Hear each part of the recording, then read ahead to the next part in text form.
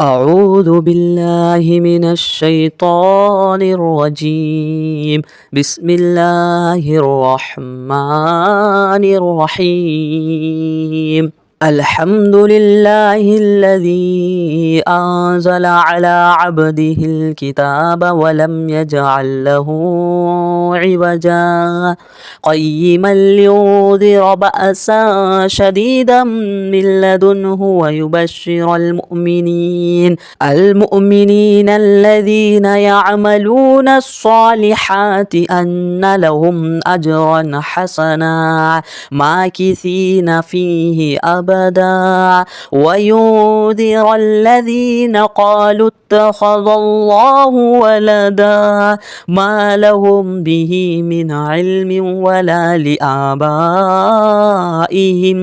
كبرت كلمة تخرج من أفواههم إن يقولون إلا كذبا فلعلك باقع نفسك على آثارهم إن لم يؤمنوا بهذا الحديث أسفا إنا جعلنا ما على الأرض زينة لها لنبلوهم أيهم أحسن عملا وإنا لجاعلون ما عليها صعيدا جرزا أم حسبت أن أصحاب الكهف والرقيم كانوا من آياتنا عجبا إذ أوى الفتية إلى الكهف فقالوا ربنا آتنا من لدنك رحمة وهيئ لنا من أمرنا رشدا فضربنا على آذانهم في الكهف سنين عددا ثم بعثناهم لنعلم أي الحزبين أحصى لما لبثوا أمدا نحن نقص عليك نبأهم بالحق إنهم فتية آمنوا بربهم وزدناهم هدى وربطنا على قلوبهم إذ قاموا فقالوا ربنا رب السماوات والأرض لن ندعو من دونه إلها لقد قلنا إذا شططا هؤلاء قوم اتخذوا من دونه آلهة لولا يأتون عليهم بسلطان بين فمن أظلم ممن افترى على الله كذبا وإذ اعتزلتموهم وما يعبدون إلا الله فأووا إلى الكهف ينشر لكم ربكم من رحمته ويهيئ لكم من أمركم مرفقا وترى الشمس إذا طلعت تزاور عن كهفهم ذات اليمين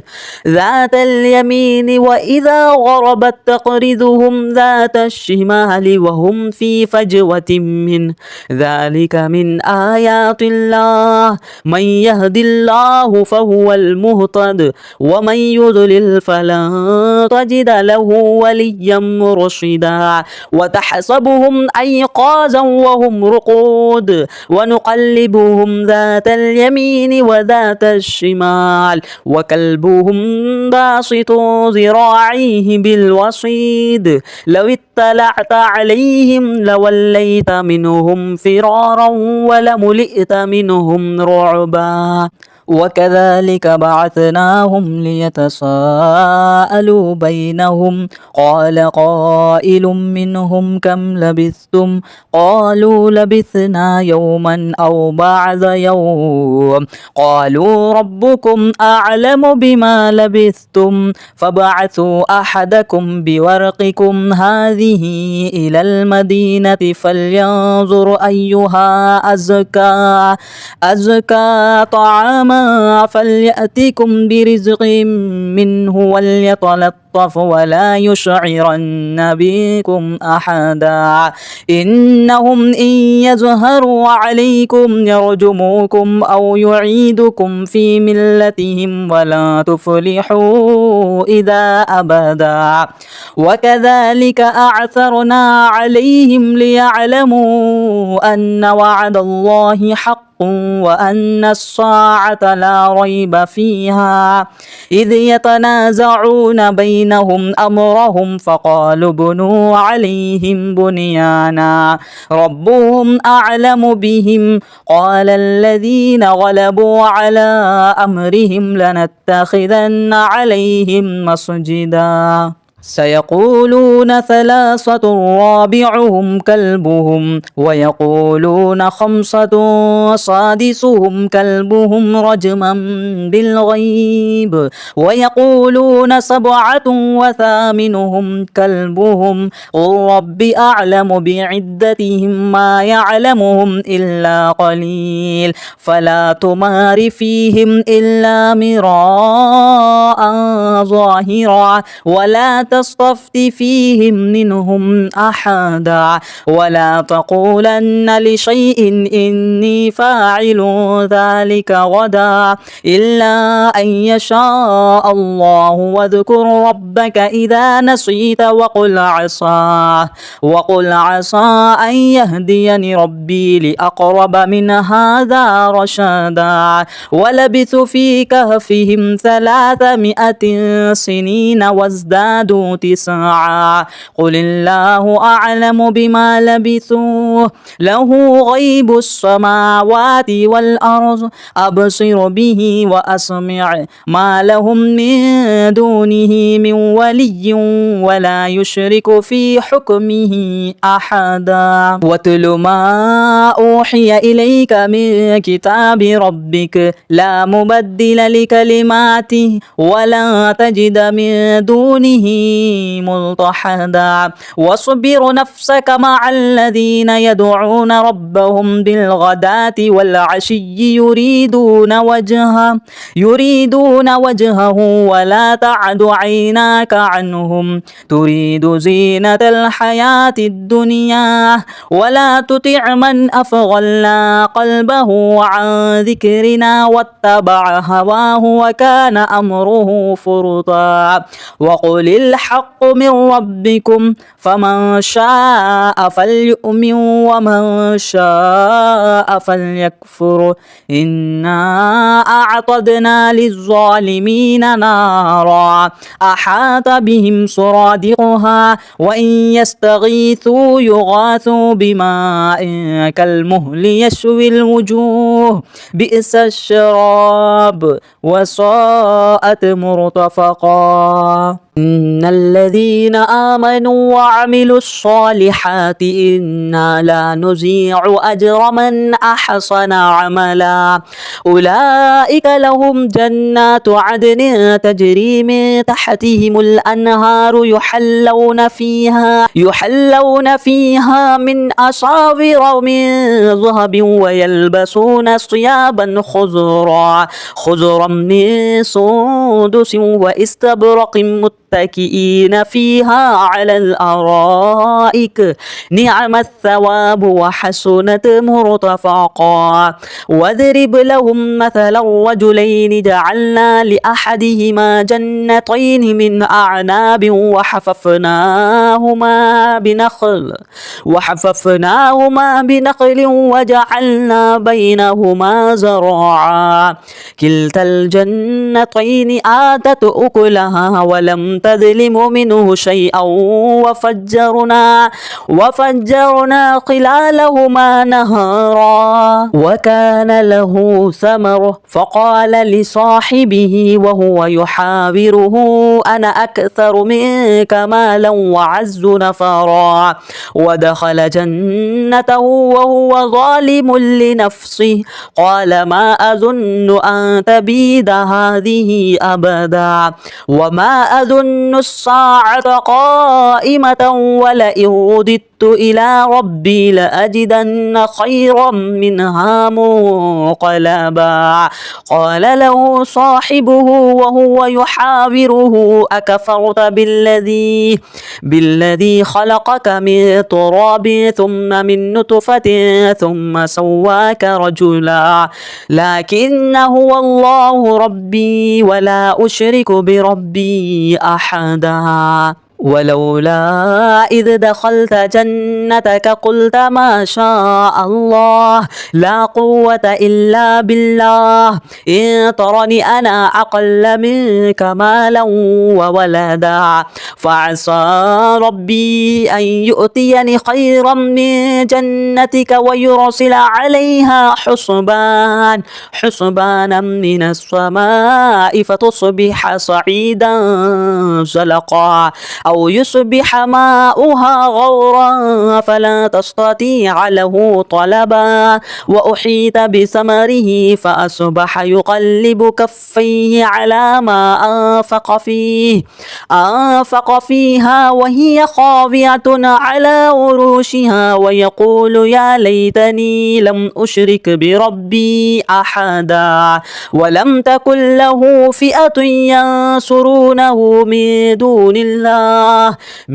دون الله وما كان منتصرا. هنالك الولاية لله الحق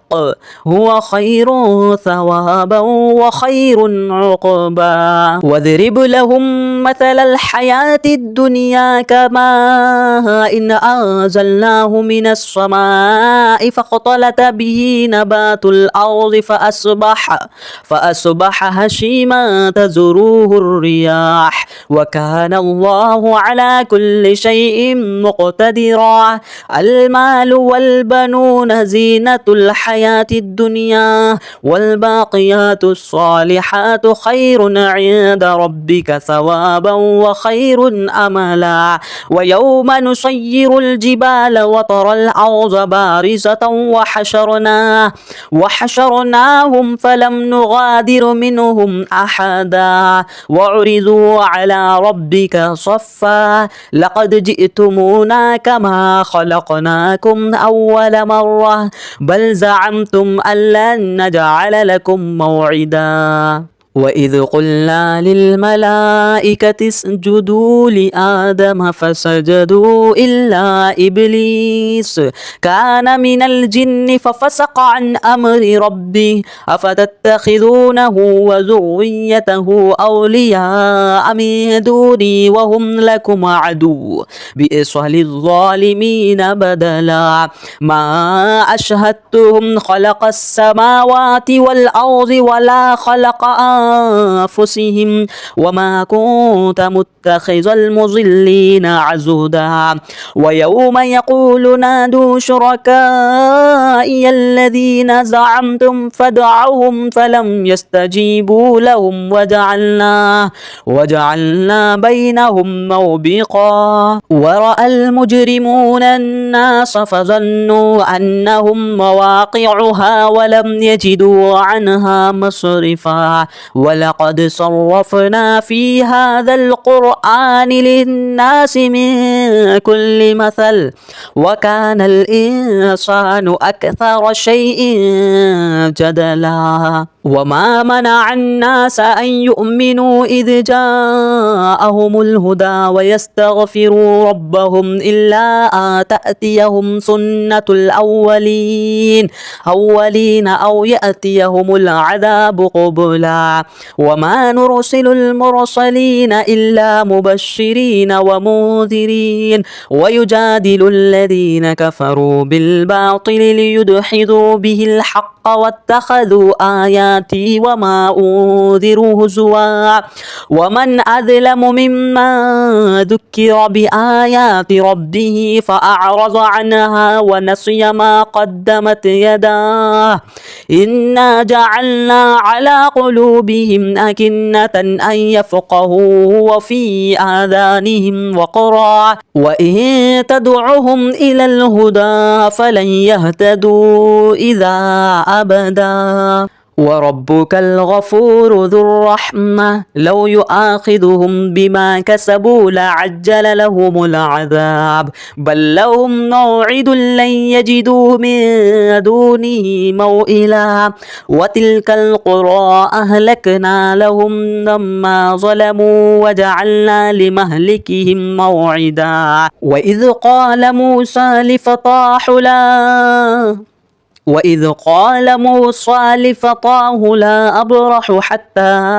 أبلغ مجمع البحرين أو أمضي حقبا فلما بلغ مجمع بينهما نسيا حوطهما فاتخذ سبيله في البحر سرابا فلما جاوز قال لفتاه آتنا غداءنا لقد لقينا من سفرنا هذا نصبا قال أرأيت إذ أوينا إلى الصخرة فإني نسيت الحوت وما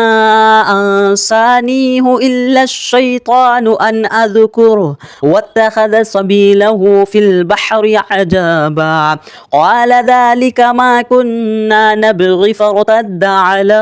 آثارهما قصصا فوجد عبدا من عبادنا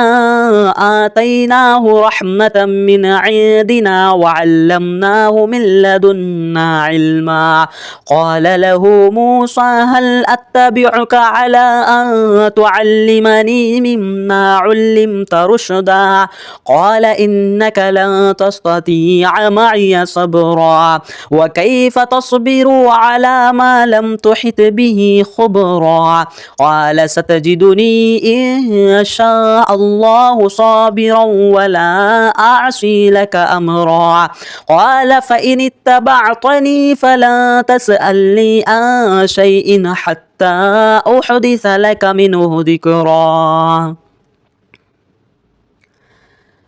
فانطلقا حتى إذا ركب في السفينة خرقها قال أخرقتها لتغرق أهلها لقد جئت شيئا إمرا قال ألم أقل إنك لن تستطيع معي صبرا قال لا تؤاخذني بما نسيت ولا ترهقني من أمري عسرا فانطلقا حتى إذا لقي غلاما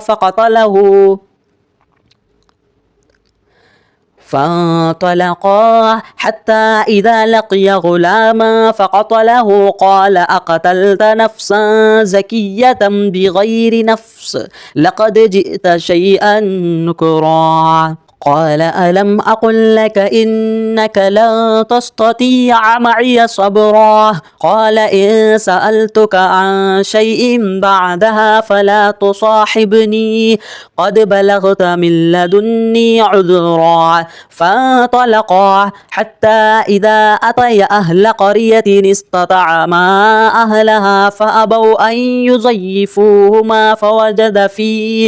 فوجد فيها جدارا يريد أن ينقض فأقامه قال لو شئت لاتخذت عليه أجرا قال هذا فراق بيني وبينك سأنبئك بتأويل ما لم تستطع عليه صبرا أما السفينة فكانت لمساكين يعملون في البحر فأرتدوا أن أعيبها وكان وراءهم ملك يأخذ كل سفينة غصبا وأما الغلام فكان أبواه مؤمنين فخشينا أن يرهقهما طغيانا وكفرا فأردنا أن يبدلهما ربهما خيرا منه زكاة وأقرب رحما وأما الجدار فكان لغلامين يتيمين في المدينة وكان تحته كنز لهما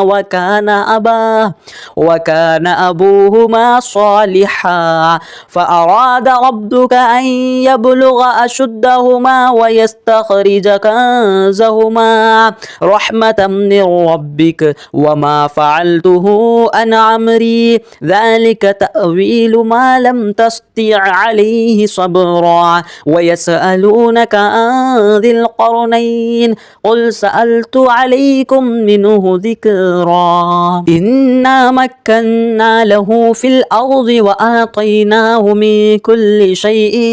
سببا فأتبع سببا حتى إذا بلغ مغرب الشمس وجدها تغرب في عين حمئة ووجد عندها قوما قلنا يا ذا القرنين إما أن تعذب وإما أن تتخذ فيهم حسنا قال أما من ظلم فسوف نعذبه ثم يرد إلى ربه فيعذبه عذابا نكرا وأما من آمن وعمل صالحا فله جزاء الحسنى وسنقول له من أمرنا يسرا ثم أتبع سببا حتى إذا بلغ مطلع الشمس وجدها تطلع على قوم لم نجعل لهم من دونها سترا كذلك وقد أحطنا بما لديه خبرا ثم أتبع سببا حتى إذا بلغ بين السدين وجد من دونهما قوما لا يكادون يفقهون قولا قالوا يا ذا القرنين إنا يأجوج ومأجوج مفسدون في الأرض فهل نجعل لك خرجا على أن تجعل بينهما وبينهم سدا قال ما مكني فيه ربي خير فأعينوني بقوة أجعل بينكم وبينهم ردما آتوني زبر الحديد حتى إذا ساوى بين الصدفين قال انفخوه حتى إذا جعله نارا قال آتوني أفرغ عليه قطرا فما استطاعوا أن يظهروه وما استطاعوا له نقبا قال هذا رحمة من ربي فإذا جاء وعد ربي جعله دكا وكان وعد ربي حقا وتركنا بعضهم يومئذ يموج في بعض ونفخ في السور فجعلناهم جماعا وأعرضنا جهنم يومئذ للكافرين عرضا الذين كانت أعينهم في غطاء عن ذكري وكانوا لا يستطيعون سمعا أفحسب الذين كفروا أن يتخذوا عبادي من دوني أولياء إنا أعتدنا جهنم للكافرين نزلا قل هل ننبئكم بالأخسرين أعمالا الذين ضل سعيهم في الحياة الدنيا وهم يحسبون أنهم يحسنون صنعا أولئك الذين كفروا بآيات ربهم ولقائهم فحبطت أعمالهم فلا نقيم لهم يوم القيامة وزنا ذلك جزاؤهم جهنم بما كفروا واتخذوا آياتي ورسلي هزوا إن الذين آمنوا وعملوا الصالحات كانت لهم جنات الفردوس نزلا خالدين فيها لا يبغون عنها حولا قل لو كان البحر مدادا لكلمات ربي لنفد البحر قبل أن تنفد كلمات ربي جئنا بمثله مددا قل إنما أنا بشر مثلكم يوحى إلي أنما إلهكم إله واحد فمن كان يرجو لقاء ربه فليعمل عملا صالحا ولا يشرك بعبادة ربه أحدا.